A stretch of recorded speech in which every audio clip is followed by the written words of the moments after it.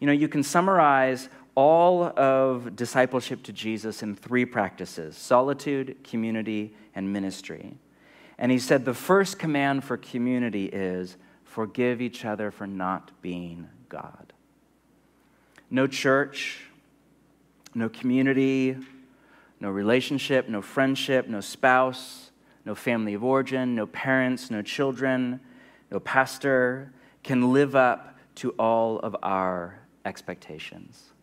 Everyone and everything at some point will let you down, including yourself. You can't live up to your own expectations, and neither can I. We are human. We all carry sin around in our body and our genetic code. Christians love to point to Acts chapter 2 as the template for the church and the early church, and we need to be more like the early church. And Acts 2 is great, but I always want to say in a loving tone, just keep reading. That's not the end of the story. People don't realize that in Acts 2, the church is still in the honeymoon phase. The same church in Jerusalem goes on to deal with racism full on, income inequality, power dynamics, persecution, leadership splits, false teaching, debates over theology, disagreement on secondary issue, confusion on what to do. You name it. Acts is beautiful, but it is anything but utopian. So many people in our generation are disillusioned with the church, and a lot of it is for good reason. In particular, over the last year, we have felt, so many of us, I know, just still, even in the last, since January and everything in our nation, it's really hard for a lot of us to process some of the things that are said and done by other people who claim at some level to follow Christ. It's a lot of disillusionment, and not all of it is bad. But the counter-argument is that to be disillusioned is to be stripped of an illusion. Think about the etymology of that word, disillusioned. It's to be stripped of an illusion. And again, that is not all bad. Dietrich Bonhoeffer, in his book Life Together, which is basically the most popular book in the last 200 years on living in community, after his experience at Finkenwald and what was basically a kind of monastic co-housing community, so meaning this was not academic for him, this was based on life experience, said this: the sooner this shock of disillusionment comes to an individual and to a community, the better for both.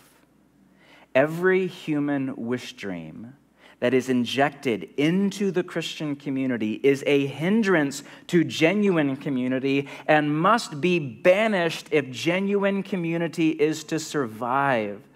He who loves the dream of community more than the community itself becomes a destroyer of the latter, even though his personal intentions may be ever so honest and earnest and sacrificial.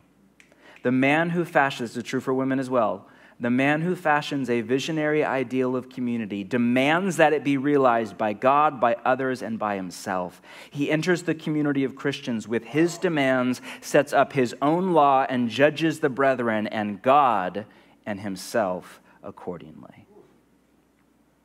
It's easy to love the dream of community. It's not a real thing. It's a hypothetical situation. It's easy to love the idea of community or the idea of church or the idea of a relationship or the idea of marriage or the idea of friendship or the idea of you fill in the blank. It's a lot harder to love Joe across the table when he always is talking with his mouth full of food. Am I the only one with that pet peeve? I think I am, in the minority, but wow. Or to love Sarah when she just never, ever stays around to clean the kitchen. She always has to go.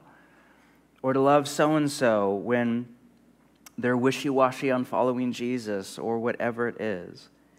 But as soon as you create a pride position, I'm good, the church is bad, my behavior is good, this behavior is bad, you immediately create a shame position for yourself.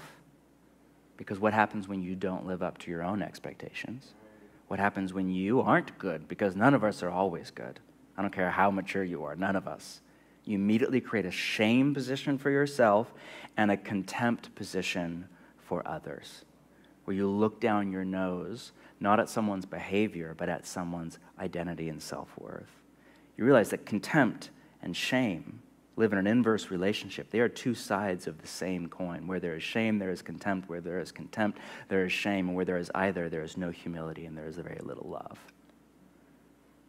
This is why I love Romans 12 that we just read, because it's honest. It's beautiful, but it's honest. Paul just noticed what's built into all of the 25 plus commands. He assumes that there's tension, there's interpersonal conflict, that you don't want to have people, you just want to kind of lock yourself in your house and be alone, that you want to get back at people, that you're hurt and you want to get even, that you're full of pride and hubris, that you don't want to share what you have, that you don't want to listen to other people, that you're jealous and competitive. He just assumes that all of that stuff is in you, and he calls the church up out of sin to live into the dream of a family and a body.